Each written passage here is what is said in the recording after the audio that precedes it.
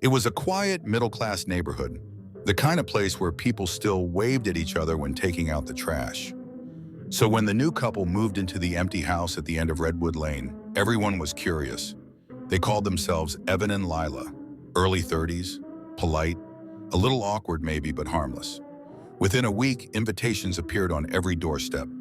Housewarming dinner, Friday 8 p.m., we'd love to meet you. The neighbors thought it was sweet. People didn't host dinners like that anymore. So about a dozen of them showed up that Friday night. The house was beautiful inside, spotless, smelling faintly of pine and roasted meat. Lila greeted everyone at the door, her smile wide, almost too wide. Evan shook hands, repeating everyone's names like he was memorizing them. Dinner was perfect. Homemade lasagna, garlic bread, wine that tasted expensive. Everyone laughed, complimented the couple, and took turns admiring how cozy the house felt. But something about it wasn't right. The walls were lined with dozens of framed photographs. Not of family, no babies, no weddings, just smiling strangers sitting around dinner tables, lifting glasses, waving from living rooms. Every picture looked like it came from a different decade. One of the guests, a woman named Sarah, noticed it first.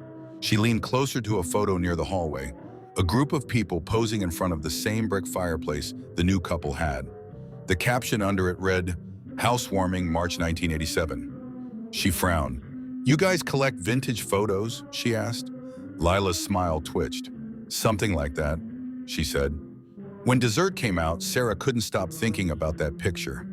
She scanned the others along the walls. Housewarming 1999, Housewarming 11. All of them labeled with neat handwriting. All of them showing different people, always in the same house. Evan noticed her staring. He said, "We love remembering who's been here before us." Sarah laughed nervously. "So you knew the previous owners?" Evan smiled, in a way. Around 10 o'clock, people began leaving. Lila hugged each guest goodbye, pressing her cheek against theirs just a little too long. Sarah was one of the last to go. As she waited near the door, her eyes fell on a photo frame sitting on a small side table. One she hadn't noticed before. Her stomach dropped. The photo wasn't old. It was from that night. Everyone was in it, the same outfits, same smiles, but something was wrong. In the picture, she wasn't looking at the camera.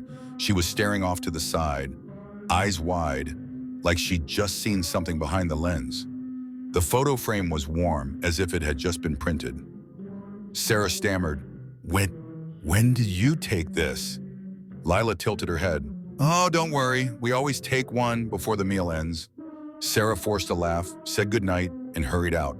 But as she glanced back through the window, she saw Evan standing in the hallway, removing the label from the old 2011 photo and writing a new one beneath hers. Housewarming, 2024. No one from that dinner was seen again after that weekend. The house went dark for months until a new family moved in. And a week later, the neighbors found another set of invitations on their doorsteps, written in the same neat handwriting.